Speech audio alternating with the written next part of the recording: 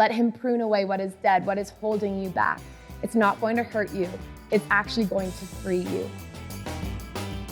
I can remember a couple of years ago, right before the summer, Pastor Leon spoke an incredible message, and he made one small comment, and I don't even think it was in his notes, and it was about a revolving door. And I could not get this image of revolving door out of my mind. It had so many incredible metaphors that could be used to explain, God and everything. And, my husband and I ended up going on a trip to Europe. And meanwhile, I'm thinking about the revolving door. I'm trying to make a message about it because I'm a youth pastor, and so I'm making messages all the time. And, I'm finding verses and I'm putting messages together all around this image of a revolving door. And we ended up going to Amsterdam, and we were in this small bookstore. And I like poetry, but I would never go in the poetry section and read poetry books. And I'm also not the type of person who, when I'm reading my Bible, I randomly open it and oh, that's the verse God has for me. But I randomly picked this book out of the poetry section, and the first page that I read was a poem about a revolving door. And I knew right then and there that this was a God moment, and it was so incredible, and I'm gonna share that with you today. And it says, "You cannot walk in and out of me like a revolving door. I have too many miracles happening inside of me to be your convenient option. Signed, not your hobby." Now, this isn't from the Bible. This is someone else who penned these words. But what incredible words that have deep meaning behind them. They stopped me in my tracks. They made me think, am I treating my relationship with God like a convenient option? And I want to ask you that question today. In your life, where you are right now, is your relationship with God a convenient option? Is it a hobby? Is it something that you go to when you really need an answer, or you really need one of his promises to happen in your life? Is it something that you squeeze in quickly for 2 minutes just to say, oh, I'm a good Christian, I read John 3:16 again? Is it something that is just out of pure convenience? I know growing up as a Christian, it's so easy to fall into that ditch. For every mile of ditch, Pastor Leon says this, every mile of road, there are 2 miles of ditch. And, for us Christians, it is so easy to be on the road of faith, to be on the road of a relationship with Christ, and then there are ditches that we can fall into. One ditch is just totally working by law. I can earn his favor, I can do good things, and if I'm good enough, he will see me, he will bless me. That is a ditch mentality. And there's also a ditch mentality of, I know enough. I've read the Bible. I know what it says. There's only 66 books. I've read the most important verses. I have them memorized. I don't need to do anything more. I know what his promises are. I know what he says about me, and that's enough. It's a convenient option. But then let me ask you this.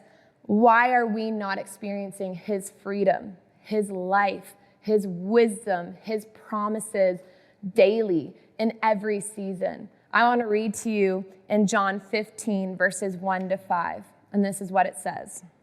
It says, "I am the true vine, and my Father is the vine dresser. Every branch in me that does not bear fruit, he takes away, and every branch that bears fruit, he prunes, that it may bear more fruit. You are already clean because of the word which I have spoken to you."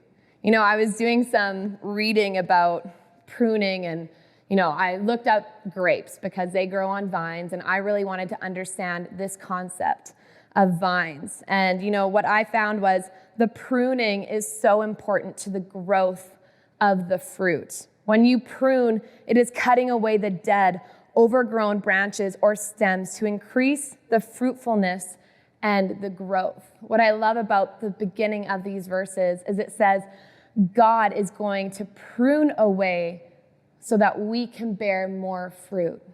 When God is just a convenient option, when God and our relationship, our faith is just a hobby, and it's not a daily pursuit, it's not a complete conviction, a thing that we are excited about pursuing, We are not allowing him to prune our lives, to prune the dead things, the stems, the branches that are actually cutting off fruit from bearing, fruit from growing, fruit from multiplying and being enriched.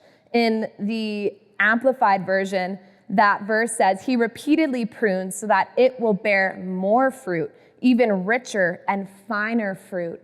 The pruning is so important, but if we do not allow God to prune, if we do not allow God to take away what's in our hearts, what's in our minds, what's in our life that is not bringing freedom, that is not bringing life, that is not bringing his truth, we are not going to experience his fullness. We are not going to experience God results in our every single day.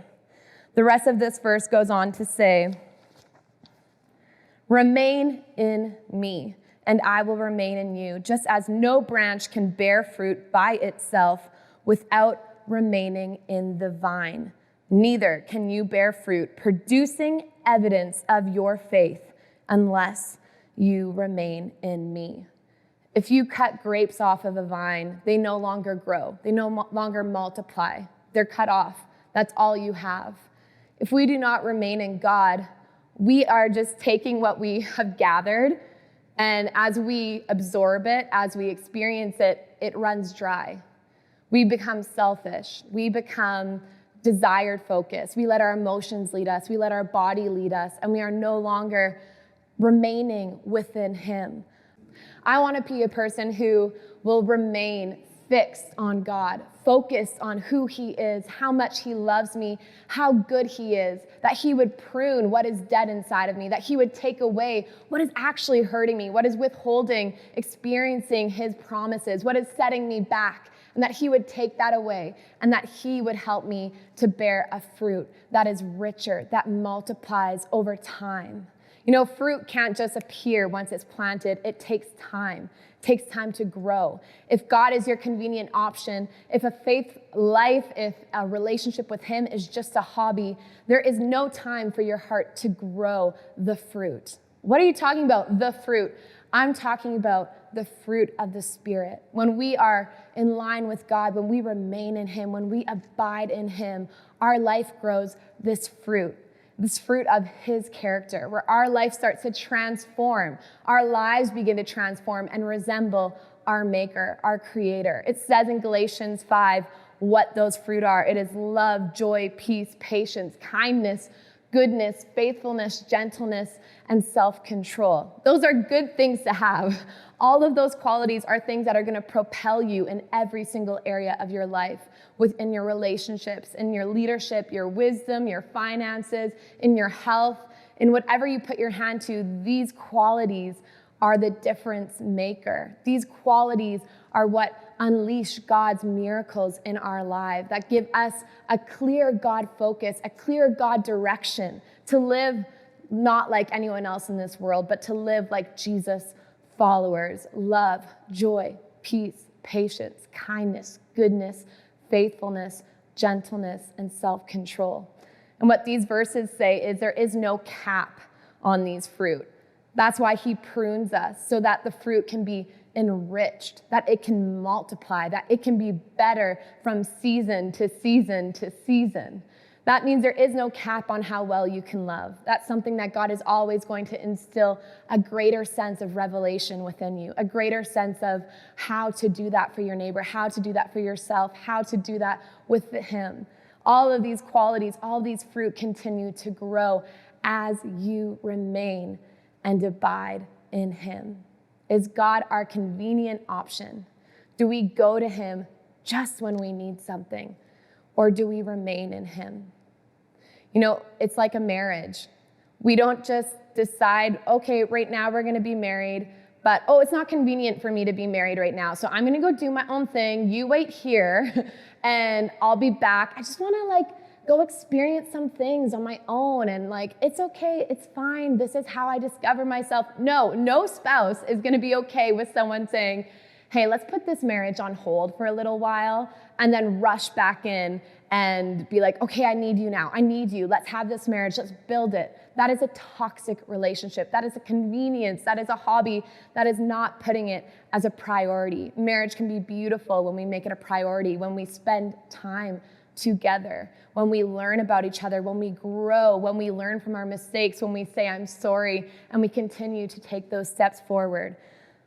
Verses 4-5, remain in me. It's as simple as that. Is your life producing evidence of your faith?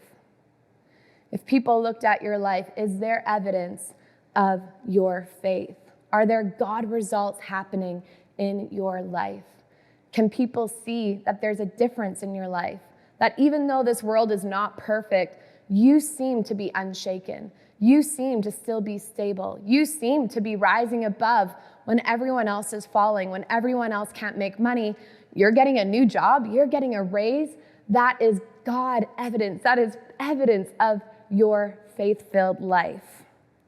You know, there was a day I was walking in the church during our getting connected, or not getting connected courses, our connect courses, which is an amazing thing in our midweek that you would love to be a part of. And I found this woman crying, and she was clearly upset, frustrated. There's stuff going on in her life.